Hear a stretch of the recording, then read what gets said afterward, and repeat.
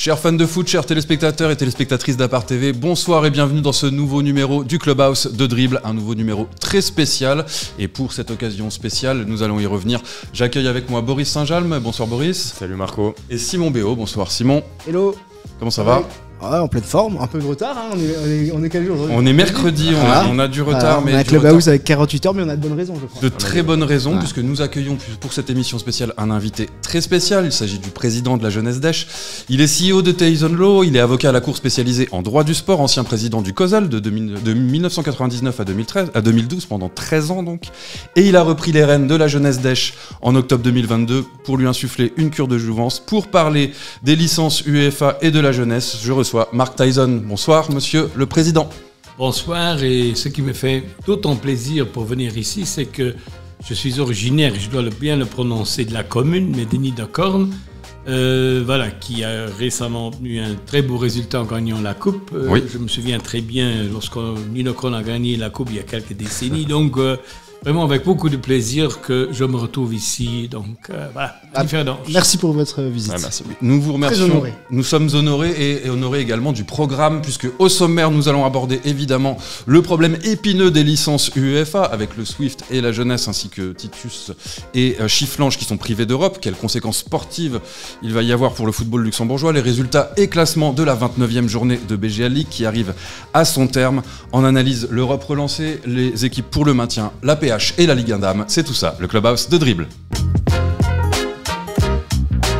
Et nous débutons donc par la question du jour, messieurs, autour du plateau. Donc à propos de ces licences UEFA, nous avons eu la surprise de voir un coup de tonnerre arriver sur le football luxembourgeois par un communiqué de presse de la FLF vendredi, qui nous a communiqué donc que 4 clubs étaient privés de licences UEFA pour des questions d'absence d'arriérés de paiement envers le personnel du club ou envers les administrations sociales et fiscales. Ça, c'est pour le Swift et l'Union Titus Pétange. Pour la jeunesse, c'est une autre raison puisqu'il n'y avait l'impossibilité d'exprimer une opinion parce que visiblement il manquait des documents, et pour Chifflange, donc l'absence de présentation d'audit financier. Alors, président Tyson, on fait appel à vos lumières en qualité non seulement de président de club, mais également d'avocat spécialisé en droit du sport. Est-ce que vous pouvez nous expliquer déjà le principe d'octroi de ces licences UEFA ? Je crois que c'est une très bonne question parce que si on lit un peu la presse quotidienne, on parle beaucoup un peu de ce coup de tonnerre qui est venu, ou qui semble être venu, donc, de par les décisions qui ont été prises par le Conseil d'appel vendredi dernier, mais on parle effectivement peu ou très peu, disons, de ce que signifie effectivement cette fameuse licence UEFA. Ce qu'on doit relever, disons, ce que je peux dire, ça c'est pour les clubs et pour nous tous, c'est une très bonne chose. C'est une très bonne chose, tout d'abord parce que ça nous remet les clubs en question, parce que de par les exigences qui sont demandées par l'UEFA à tous les niveaux, on peut peut-être dire par après dans quelques mots de quoi il s'agit, donc on donne quand même une garantie, je dirais, du sérieux que font effectivement les clubs, non seulement, peut-être même dans un moindre degré en ce qui concerne les finances, mais de façon générale, et si je puis vous dire, ou aux téléspectateurs, disons, ce vademecum ou ce manuel pour l'octroi des licences, de la licence UEFA, ça fait plus que 150 pages. Donc c'est vraiment un cahier des charges très lourd. Oui, des charges très très lourdes à beaucoup de niveaux. Oui, infrastructures, financières. Au niveau des infrastructures, au niveau des équipes, au niveau des jeunes, au niveau des diplômes des entraîneurs, où effectivement, on parle beaucoup maintenant, disons un peu les conditions financières, vous avez payé un tel, vous avez payé un tel, ça c'est peut-être la toute petite partie. Mais le plus important, ça c'est effectivement tout l'encadrement, les infrastructures, comment sont encadrées les équipes, et c'est là, disons, où effectivement, malheureusement, on n'en parle pas, et je peux vous dire, ça c'est quasiment un travail de titan pour les équipes qui travaillent sur ce manuel pendant des semaines, voire des mois, pour pouvoir répondre à ces dizaines, voire des centaines de questions, et qui sont alors examinées vraiment avec une grande rigueur, et il faut s'en féliciter, par les instances fédérales. Alors effectivement, hein, ce manuel, il est très long, je l'ai regardé attentivement. Ce règlement, il existe depuis 2002, donc en fait les clubs devraient s'attendre, ils ont une certaine habitude après 22 ans, même si certains règlements ont changé en 2022 puis en 2023-2024. Alors comment est-ce que vous expliquez que des gros clubs comme le Swift Esperange, qui est habitué à jouer les premières places européennes, n'est pas arrivé à rester dans les clous? Je crois que je ne suis pas ici maintenant pour commenter pourquoi un tel club l'a reçu, pourquoi un autre club l'a pas reçu. Ce que vous dites, c'est juste, voilà, ça remonte quand même à plus qu'une dizaine d'années. Ce que vous dites également au niveau des modifications, que ce n'est pas, disons, fondamental, alors que, notamment maintenant, on travaille sur le manuel d'édition 2023-2024, c'est dans la substance. Il n'y a pas vraiment de nouveauté, oui. Mais quand même, il y a chaque fois une remise en question. Pourquoi est-ce qu'il y a chaque fois une remise en question? Parce que les données changent. On peut avoir, on a de nouveaux entraîneurs. Est-ce que vous êtes bien avec les licences A, etc. Vous avez des équipes d'hommes, vous avez tout l'encadrement. Donc, on doit quand même reconsidérer, disons, effectivement, le tout. Et ensuite, je crois que, pourquoi, bon, je ne voudrais pas maintenant parler d'un coup de tonnerre, mais disons, on a quand même parlé beaucoup au niveau, disons, des finances.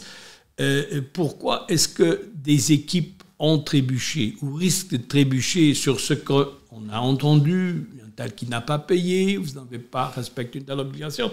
Cela montre également que, et je crois que peut-être certains clubs, d'un côté, risquent de vivre au-dessus de leurs moyens, mais d'un autre côté, je crois qu'également ce que voudrait dire, ça c'est que, disons, les exigences vis-à-vis des clubs deviennent de plus en plus grandes et on est confronté quand même à un bénévolat qui éprouve énormément de problèmes.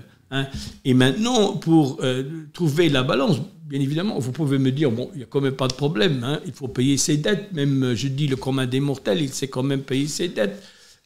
Oui, mais c'est beaucoup plus, c'est à respecter, disons, d'un côté, des délais, c'est à respecter là-dedans des formalités, et d'un autre côté, comme j'ai également dit, ça c'est que, disons, les finances aujourd'hui ne sont plus ce qu'ils étaient auparavant, et ce qu'on doit dire, parce que le manuel, même s'il dit il faut payer, c'est clair, mais vous trouvez quand même un repêchage dans le fait, notamment pour certaines dettes vis-à-vis des institutions comme l'administration fiscale, comme le centre commun, comme l'impôt sur salaire, vous pouvez avoir un accord.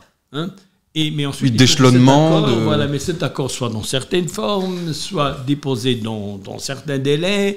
Est-ce que, disons, ces délais s'étaient suffisamment bien exprimés vis-à-vis des clubs? Ça, c'est peut-être une autre question. Mais c'est toute une problématique, je dirais, en sujet, vivre peut-être un peu au-dessus de ses moyens, en ce qui concerne le respect des formalités, mélanger également, comme je l'ai dit, à coup sûr, avec toute la problématique autour du bénévolat. Ce que vous voulez dire, c'est que la charge administrative est trop lourde pour un club comme le vôtre. Alors on a parlé du Swift, on peut parler évidemment de la jeunesse qui a été aussi recalée. Ce qui vous a empêché d'avoir cette licence, c'est plus la charge administrative que d'éventuels problèmes financiers ou de dettes? Oui, je crois qu'effectivement, si je prends par exemple maintenant les 4 cas avec les clubs que vous avez cités, Esperange, la jeunesse, Chifflange, voilà, et Pétange, voilà, je dirais c'est avant tout à cause, disons, de formalités. Mais si vous me dites, et la jeunesse était également dans le cas il y a quelques années où elle n'a pas présenté, disons, une demande, ça peut également résulter d'un problème au niveau du bénévolat, de l'administration. Hein, et je crois qu'il ne faut pas mettre trop en avant le volet purement financier pour dire, bah voilà, vous êtes un mauvais payeur ou vous n'avez pas d'argent. C'est pas ça. C'est pas ça la licence UEFA, c'est un élément parmi d'autres et il faut voir ça dans le tout et je crois que, je le vois également chez nous, disons, les clubs nécessitent une autre organisation et ce qui est peut-être, disons, un peu, je dirais, symbolique ou symptomatique là-dedans, si je regarde, et là j'ai toute ma considération, je vais pas tous les nommer, mais si je prends entre guillemets, des petits clubs comme Vils ou comme Eurosport qui n'ont pas trop de problèmes à ce niveau-là. Alors qu'ils ont ils ont aussi ils ont des petites structures, ils peuvent vraiment s'investir totalement et c'est un autre cadre dont on voit que c'est faisable, mais je crois que il faut que certains clubs, et peut-être également le nôtre, on doit descendre un peu, venir, disons, avec les 2 pieds sur terre, faire une remise en question et s'organiser différemment pour être capable de faire fi à quelque chose qui est, somme toute, humainement tout à fait réalisable. Par rapport au bénévolat, on est quand même sur un problème un peu insoluble aujourd'hui. Vous n'avez pas, je pense, vous n'avez pas les fonds pour avoir une structure professionnelle, d'avoir un personnel administratif. Non, au-delà du bénévolat, et c'est compliqué. Après, 75% des clubs ont réussi à remplir les conditions, à l'obtenir. Vous l'avez vu venir, cette décision? Vous le saviez, justement, si ça a bloqué au niveau administratif, vous saviez que vous alliez être recalé? Ben, disons, non, honnêtement, je dirais, je ne l'ai pas senti de cette façon-là, étant donné que financièrement, on est effectivement dans une meilleure situation que l'année passée. Ouais. On a le même, disons, bureau comptable. Il y avait les mêmes échanges avec la fédération. Donc, bon, c'est pas maintenant qu'on pourrait dire on tombe des nues, c'est une catastrophe, mais quand même, je dois honnêtement dire, je l'ai pas venir et j'étais confiant qu'on devrait pouvoir obtenir en appel. Voilà, cette licence, effectivement, en instance d'appel. On a bien travaillé là-dessus.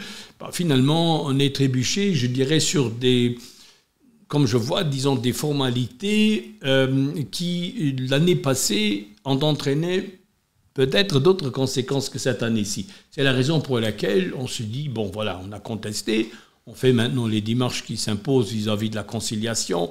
Voilà, il n'y a sûrement pas trop de choses à s'attendre. Ensuite, on doit mettre cela devant la classe, la commission luxembourgeoise pour l'arbitrage sportif. Et je dirais, au-delà de notre cas, c'est également pour avoir une plus grande rassurance juridique en ce qui concerne, je dois vraiment dire, certains problèmes purement juridiques qui se posent. Ben alors, l'arbitrage nous donne une solution. C'est le tribunal d'arbitrage. Voilà, l'arbitrage qui a été institué par le comité olympique sportif. Et voilà, on pensait qu'il y avait plus de recours, mais finalement, il reste encore cette voie du TAS qui pourrait vous permettre... Voilà, qui pourrait nous permettre d'obtenir quand même, disons, la licence. Et comme j'ai dit, évidemment, on espère qu'on peut l'obtenir. Si on n'obtient pas, bon, on doit en tirer, disons, les conséquences. Mais je parle avant tout des conséquences en ce qui concerne, disons, un peu une restructuration administrative, disons, interne. Mais la jeunesse ne va pas tomber maintenant parce qu'on n'a pas la licence. Parce qu'il ne faut pas dire non plus que... Non. Si on n'a pas la licence, vous n'avez plus d'argent, etc. Non, bien sûr. C'est loin de ça. Ouais, voilà. Et vous avez une date de réponse par rapport à ça? Parce que le championnat va bientôt fini, la préparation à l'Europe, si vous pouvez encore y prétendre? Oui, c'est-à-dire que bon, j'ai quand même, disons, pas mal d'expérience dans le cadre des recours avec la commission luxembourgeoise pour l'arbitrage sportif. J'étais d'ailleurs, il y a de nombreuses années, un peu au comité olympique. J'ai fait travailler beaucoup pour qu'on puisse, disons, l'obtenir, cette structure. Non, c'est une structure, je dirais, parce que c'est un arbitrage donc, qui fonctionne vis-à-vis des juridictions classiques. Je dois vraiment dire qu'au cours des dernières années, la classe a quand même prouvé à suffisance qu'elle a une raison d'être, qu'elle sait bien fonctionner. Et j'avais également déjà des affaires devant la classe où on est en quelques jours, une semaine, 10 jours, on a pu obtenir une décision. Donc c'est pour laquelle, bon, on doit passer maintenant obligatoirement la conciliation et ensuite on obtient le résultat en 24 heures et immédiatement par après, donc je présume cette semaine, on va déposer le recours devant la classe. Et l'UEFA est obligé de suivre la décision du TAS? Non, c'est un peu comme les recours en cassation en matière civile, c'est-à-dire c'est pas suspensif, c'est pas suspensif. Mais comme j'ai dit, la classe est composée par des juristes, mais qui sont très proches du sport et qui connaissent les échéances et qui savent bien que c'est quand même important, disons, de rendre rapidement Mais évidemment, il faut que les clubs déposent leur mémoire et tout ça bien préparé. Il faut que les informations nécessaires soient là. Mais je dirais, là, les clubs en question, ils vont sûrement le faire. Et ensuite, je suis confiant que la classe peut rendre une sentence avant les délais fatadiques, disons, qui sont imposés. Mais c'est clair que ni la FLF, ni l'UEFA n'ont maintenant besoin de retarder quoi que ce soit. Disons, vis-à-vis de cela, sont les aléas et on doit vivre avec et on doit voir comment ça va suivre. Okay. Pour sortir de votre cas personnel de la jeunesse ou même du Swift, de chiffrage et de pétange, on peut peut-être expliquer à nos téléspectateurs, au grand public, la licence UEFA, elle est évidemment indispensable quand un club se qualifie en Coupe d'Europe pour la disputer la saison d'après. Mais pour les clubs qui ne sont pas qualifiés en Coupe d'Europe, et ce qui est le cas de 14 équipes sur 12 sur 16, qu'est-ce que ça implique de recevoir la licence UEFA? Ce sont des aides de cette instance? C'est un autre encadrement? Voilà. Donc, de façon générale, c'est juste la licence IFA. Ils ont une licence qui est indispensable si je veux jouer ou si je peux jouer en Coupe d'Europe, si sportivement je suis qualifié. Donc, on doit effectivement remplir tous ces critères. Parce qu'il y a des charges. Et ça s'était notamment fait. Bon, nous, on a une petite exception dans ce domaine-là en ce qui concerne le fair play financier.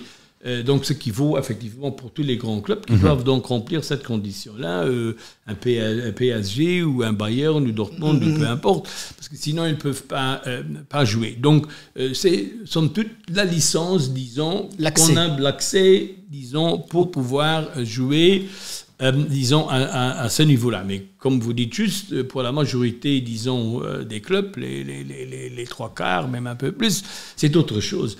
Et qu'est-ce que ça veut dire, cette licence? Mais comme je l'ai indiqué, il y a un manuel, il y a des critères à remplir, je ne viens plus, donc, à différents niveaux. Et si on les a remplis tous satisfactoirement, on obtient donc cette licence, ce qui veut dire, pour ces clubs, voilà, il y a un merci qui va venir. Parce qu'on dit, bon, vous avez les infrastructures, vous avez les entraîneurs, vous avez les équipements, vous avez ça, et le retour, ça c'est de l'argent. Voilà. D'accord. Et c'est pour cela que c'est, disons, quand même, je ne veux pas dire, oui, c'est important, c'est une fourchette, nécessaire, mais fourchette à nous donner. Ça, c'est disons, si je regarde, par exemple, si je regarde cette année-ci, disons, là, je crois pouvoir dire que les montants varient entre 50, 55 000 jusqu'à 130 000 euros qui ont été. Et pourquoi est-ce que ça varie, cette différence? Ça varie. Parce que, disons, la Fédération luxembourgeoise de football, elle avait un système, disons, elle obtient une enveloppe, et les fédérations peuvent distribuer égalitairement, comme dans pas mal de pays, ou avoir certains critères pour donner peut-être un peu plus à quelqu'un qui a fait peut-être un peu plus. Je peux vous couper, l'argent n'est pas reversé directement vers les clubs, mais ça passe via la fédération, qui redistribue. Qui est la fédération qui envoie une enveloppe X, et qui décide. Voilà. Et ensuite, sur base de critères objectifs qui sont connus, plus ou moins connus, voilà, elle fait la distribution. On pourrait dire un barème de 1 à 10. Nombre d'équipes engagées, le classement. Donc, voilà, ce qui fait donc que des clubs, je dirais, qui vraiment sont pratiquement parfaits. Ils ont des entraîneurs avec les licences équipe de dames, ils ont ceci, ils ont cela, ils ont un peu tout. Ça sont des clubs qui touchent 120, 110, 130 000 euros. Et peut-être ceux qui... Mais pas 100%, mais pas 100%, jamais 100%. Ça, c'est difficile. Qu'est-ce qui c'est 100%? Il y a une enveloppe. Imaginons la fédération qui a 1 million ou 2 millions. Ensuite, elle met des critères. D'accord. Et donc, par la force des choses, je crois qu'aucun club disons, les montants ne sont pas identiques pour tous les clubs. Ça semble changer pour la saison prochaine. On ne connaît pas encore officiellement les données. Ça semble également changer parce qu'on sait que la manne financière de l'UEFA devient de plus en plus grande. Disons que, on peut obtenir effectivement plus, donc l'intérêt est supérieur. Mais ce qu'il faudrait également dire maintenant, parce que si on n'obtient pas la licence UEFA, ça ne veut quand même pas dire que vous êtes un club entre guillemets nul, qui n'a rien. Vous pouvez peut-être avoir, je dirais, quand même réalisé 90%, mais vous avez trébuché. Je vous donne un exemple. Si la date butoir, c'est le 31 mars, où il est dit que vous devrez avoir payé tous vos salaires ou que vous devrez avoir payé vos impôts. Si jamais vous ne les avez pas payés, vous devrez avoir un accord avec l'administration avant le 31. Voilà. Imaginons, vous avez l'accord le 2 avril. Voilà. Alors vous êtes quand même gravement sanctionné. Et je peux vous dire que l'UEFA examine cela très, très attentivement. Très rigoureuse. Parce que dans la jurisprudence, j'ai même trouvé une décision pour un club de football qui ont fait le virement le 28 mars. Et l'argent n'est arrivé que le 2 ou 3 avril. Et qu'est-ce que le TAS a dit? Mais ça, c'est votre faute au club. Vous auriez dû virer un jour auparavant. Un jour plus tôt. Voilà. C'est une formalité qui est malheureusement, arrivée. Et pour contrebalancer tout cela, disons, les fédérations donnent un montant minimum, disons, mais qui est quand même pas mal, qui est quand même pas mal, à ceux qui n'ont pas reçu la licence UEFA, parce qu'ils sont quand même bien travaillés, parce qu'ils ont bien fait les choses. Donc, évidemment, c'est un manque à gagner. Et ensuite, c'est clair, comme un club comme Esperance ou un autre, si vous n'avez pas la licence UEFA, si sportivement vous êtes qualifié, vous ne pouvez pas jouer. Ça peut avoir un impact énorme. Tout à fait. Alors ça, c'est pour la réalité juridique pour accéder à des compétitions interclubs européennes, mais pour l'octroi d'une licence UEFA. Mais il y a également la réalité du terrain, la réalité sportive. Alors imaginons que le Swift Esperance ne puisse pas se mettre en règle avec la classe, ce qui semble être quand même la décision vers laquelle on tend. Ça signifie sportivement que, messieurs, on a une nouvelle place européenne. Alors, quelles sont les conséquences sportives de ce coup de tonnerre? Je pense que tout va se jouer sur la dernière journée. Non, mais sportivement, ça reste dramatique. Oui, ça reste dramatique de se priver pour un club luxembourgeois du Swift Esperance qui a, on le dit chaque fois, qui a un des plus bels effectifs, qui recrute en promettant l'Europe aux joueurs venus d'ailleurs et aux joueurs de haut niveau. Donc, c'est dur parce que chaque été, on pense que le Swift est le club qui a le plus de chances d'accéder de franchir le deuxième, le troisième tour, barrage, pourquoi pas rêver d'une coupe comme Dudelange l'avait fait il y a 5-6 ans. Donc non, c'est pas bon que le deuxième du championnat soit pas qualifié, ne puisse pas disputer la Coupe d'Europe. C'est pas bon que si la jeunesse finit 5e ne puisse pas disputer la Coupe d'Europe. Donc ça, et bravo aux clubs qui profiteront de l'aubaine. Mais néanmoins, aujourd'hui, Strassen est 5e. On s'y attendait pas. Je peux quand même abonder dans le sens de ce que Simon dit. T'as la tête de gondole, même si effectivement Differdange a été champion cette année. Comme l'a dit Simon, c'est le club qui a le plus de moyens, c'est le club qui a les meilleurs joueurs sur le papier, qui a l'effectif le plus fourni. C'est le club duquel on attend des performances. Ça fait plusieurs années qu'on se dit qu'Espérance va faire une phase de groupe. Et malheureusement, ce ne sera pas l'année prochaine de facto. Donc c'est aussi dommageable, je pense, pour l'image du football luxembourgeois, malheureusement, à l'étranger. On perd en attractivité, je te comprends. On perd en attractivité, et voilà, même c'est exactement pour ça. le championnat et pour le club. Le Swift Esperance a fait venir des joueurs de très renom. Bon niveau, de renom. Il y avait toujours la carotte de la Coupe d'Europe. La carotte, elle est passée... Même pour le club, ça va... Non, mais c'est ça. Pour le club, ça va aussi poser des grosses questions d'un point de vue de la compétitivité pour l'année prochaine. Quels joueurs vont accepter de rester? Sous quelles conditions? Et puis comme le président Tyson l'a dit, aussi un gros manque à gagner en cas de non-qualification à cette Coupe d'Europe. Président Tyson, vous allez tenter au moins sportivement cette 5e place? Oui, évidemment. Je crois que le dernier match aura lieu, disons, dimanche. Encore, je dirais, dans mon club, disons, originaire. Oui. J'ai été là pendant plusieurs années vice-président. Non, on va se bagarrer, on va essayer de gagner à Niederkorn. Et alors, si jamais, j'espère que ça nous va arriver, alors on aurait gagné contre Differdange, également une équipe, parce que j'ai joué à l'Ins Differdange il y a quelques décennies. Donc, nous, on va se battre pour obtenir cette 5e place. Et tout d'autre qui va venir, c'est un peu la cerise sur le gâteau. Et voilà, et si la cerise tombe à côté du gâteau, on va pas avoir la déprime. On veut bien clôturer la saison, donc avec une victoire à Niederkorn dimanche prochain. Et comme pour le reste, on va regarder dans les étoiles pour savoir ce qui va nous arriver. Vous avez fait une belle saison en tout cas. On a fait, je une dirais, deuxième partie de saison. Très belle deuxième partie de saison.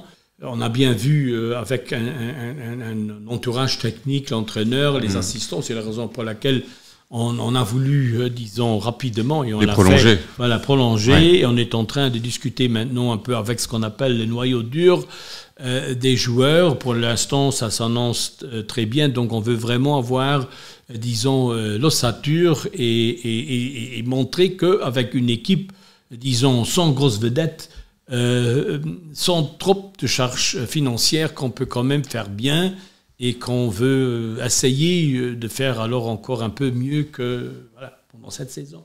Alors faire bien, vous l'avez fait effectivement sur toute la phase retour, avec un petit coup de moins bien là, puisqu'on va faire le point sur la 29e journée de BGL League.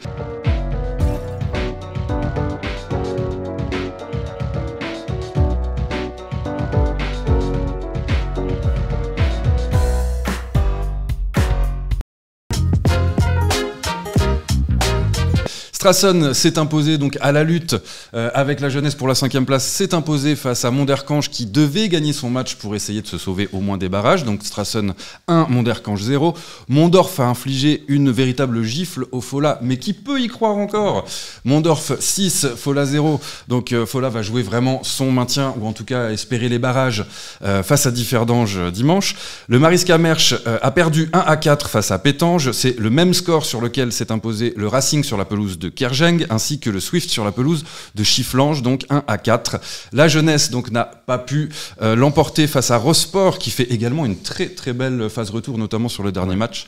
Rosport s'est imposé donc 2-0 au stade de la Frontière. Differdange et Vils se sont quittés sur le score de parité 1 partout. Quant au Progrès Niederkorn, donc que vous affrontez dimanche, ils ont battu Dudelange sur leur pelouse 2-0. Ce qui donne donc au classement Differdange, nous le savons, champion avec 66 points, à 8 points du Swift Espérange, donc deuxième actuellement, est censé donner accès à la Conference League, mais nous verrons les conclusions plus tard. En bas de classement, nous avons le Mariska Mersch et Kerjeng qui sont barragistes avec 26 et 28 points, juste devant le Fola Esch, 25 points. Et puis l'autre nouvelle, messieurs, de cette 29e journée, c'est la descente du promu Chifflange qui revient en promotion d'honneur un an seulement après la montée. Ouais. Pas d'exploit pour Chifflange sur le dernier match. La deuxième partie de saison, elle est championnat depuis 10 matchs, ils y sont plus du tout, on ne sait pas trop ce qui se passe. Oui, parce qu'il y a des choses quand même assez étranges qu'on peut voir en tout cas au moins sur les feuilles de match, des choix, beaucoup de changements, changement de capitaine. Et je pense que c'est compliqué. Direction pas très présente ces dernières semaines. Le coach qui quitte son poste la veille du match aussi. Pareil, on peut se poser un peu la question de la planification sportive. Ouais. Ils avaient réussi à le garder jusque-là et là ils le virent. On avait quand même beaucoup d'espoir sur ce groupe qui avait été monté à l'intersaison. Non, c'est une déception quand même. C'est une déception. Un mercato ambitieux on les voyait pas jouer l'Europe, mais on les voyait en tout cas se maintenir assez tranquillement. Ouais. Et bon, voilà. C'est la première équipe qui descend. Ouais. Alors pour le maintien, on a 3 équipes qui vont se tirer la bourre. C'est Mersch, Kerjeng et Monderkange. Vous avez un favori pour les barrages, pardon. Pour les barrages. Alors juste, il faudrait peut-être parler avant ça du Fola, qui a quand même un pied. Alors le gros avantage du Fola, c'est que tout le monde a perdu. Ils ont perdu 0-6 et tout le monde a perdu aussi autour. Donc il reste à 1 point du barrage. Mais c'est eux qui ont le match le plus dur sur la fin, on va pas se mentir. Ils vont à Differdange, ils reçoivent Differdange, pardon. Oui, c'est ça. Bon, Differdange, ok, ils sont champions. Non, mais un point ne suffira pas, il faut gagner. Il faut gagner. Il faut gagner avec le match nul, même si Mersch perd, au goal average, ils sont derrière, donc c'est victoire impérative. Ok, tout est possible dans le football. Là, ils en ont pris 6 contre Mondorf. Il y a un écart de niveau qui est vraiment réel. Ouais, c'est sûr. Sans leur manquer de respect. Et ça va être évidemment très très compliqué pour le Fola. Après, c'est un club historique, c'est tout ce qu'on veut. Donc peut-être la magie sur la dernière journée, un Differdange qui est un petit peu moins concerné, puisque déjà champion. Ça peut peut-être le faire, mais franchement. Après, attention, Differdange, ils sont déjà champions depuis des journées. Ouais. Par contre, il y a festivité après le match. Oui, après le match. Ça se passe bien. Du stade ils partent de la place du marché. Ils partent du stade du Fola jusqu'à la place du marché. En bus à Impérial. Ouais. Mais ils auront à cœur quand même de s'imposer. Ouais. Je pense que ça va être dur pour le Fola. Ou alors, ils commencent l'apéro avant le match. Et puis alors il y a la course à l'Europe qui a été relancée, donc on a parlé de la jeunesse qui peut l'obtenir sur le terrain et d'un point de vue juridique, et puis il y a 2 équipes qui espèrent bien en fait que l'octroi des licences UEFA en reste là, c'est Strasson et Rosport.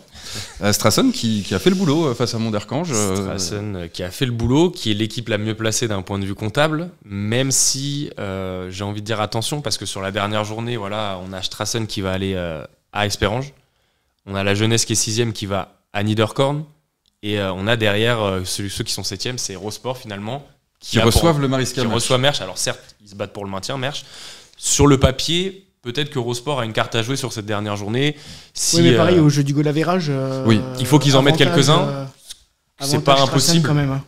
Ouais, après moi à moins que Strassen, je garderai un petit œil quand même sur. Je mettrai une petite pièce sur Rosport. Par contre, juste, on a pour revenir sur la partie maintien, on a peut-être oublié une seule chose, c'est qu'on a un gros choc entre. Ah bah là, c'est la finale pour Kergeng, ouais. Là, la finale pour savoir qui se maintiendra en VGL. Voilà, c'est ça. Donc à Monderkange, un point d'avance pour Monderkange. On a envie de dire avantage de Monderkange. Avantage Monderkange, mais. Bon, en tout cas, d'un point de vue du point de vue des spectateurs et pour nous journalistes, c'est passionnant parce qu'on a une lutte pour l'Europe encore à la dernière journée. On a une lutte pour le maintien, pour les barrages. Et avec la finale pour le maintien, c'est royal. C'est tout ce qu'on aime. On aime également la lutte puisque le titre n'est pas joué en PH et même si ça l'est pour la Ligue 1 Dames, on passe au résultat du week-end dernier.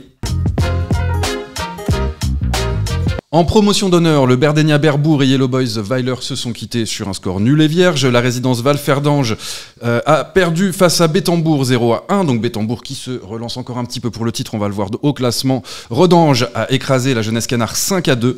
C'est le même score, mais cette fois-ci à l'envers pour le Lorenz-Weiler qui se sont imposés face au Blau-Weiß-Medernach, donc 5-2. Rumelange s'est imposé face à Begen 2-0. Steinzoll et Ettelbruck se sont quittés sur le score vierge 2-0 partout. Cupschen s'est imposé face à Mamers 2-0 et Ostert est allé gagner sur sa pelouse 3-1 face à Grevenmacher. Donc au classement, Bettembourg toujours premier avec 2 points d'avance sur Rodange. Donc le titre va se jouer à la dernière journée. Pour les barragistes en vue de la montée, nous avons Ostert, Rumelange et Ettelbruck qui se tiennent toujours en 3 points. Avantage Ostert. Ouais. Enfin, pour la descente, bien pour l'instant, évidemment, Blau-Weiß-Medernach est relégué, mais Grevenmacher peut encore y croire. Et en fait, on a encore une fois 5 ou 6 équipes qui se tiennent en 1 ou 2 points. Voilà. Donc la dernière journée va être décisive encore une fois. Jusqu'au bout, la PH nous aura tenu en haleine, c'est parfait. Ça n'est pas le cas de la Ligue 1 Dames puisque le Racing a évidemment survolé cette saison et s'est imposé dans son dernier match, le dernier match de la saison des playoffs pour le titre. Donc 3-1 face à Mamers, tandis que le Swift et elle se sont quittés sur le score de 1-1. Donc nous avons le classement finale de cette Ligue 1 Dames avec un beau champion, la 4e fois consécutive pour le Racing, 10 points devant le Swift Esperange qui a été l'excellente surprise de cette saison, le promu, et en bas de classement donc nous aurons Rosport qui descend en division inférieure et Bettembourg qui va jouer son barrage après-demain, donc vendredi. Donc à suivre, messieurs, merci beaucoup. Président Tyson, vous avez été excellent dans vos explications. J'espère que les téléspectateurs y verront plus clair. Merci beaucoup d'avoir répondu à notre invitation. Et moi, je donne rendez-vous à tout le monde, en tout cas ceux qui sont invités, au dribble d'or la semaine prochaine, mardi. Voilà. On fera gagner quelques places à nos lecteurs, donc suivez nos réseaux, ça va sortir fin de semaine. Soyez mardi 28 au Mélusina. La cérémonie du dribble d'or, 18h45. 18h45, cérémonie à 20h. Bye bye. Ciao. Merci à tous. Merci.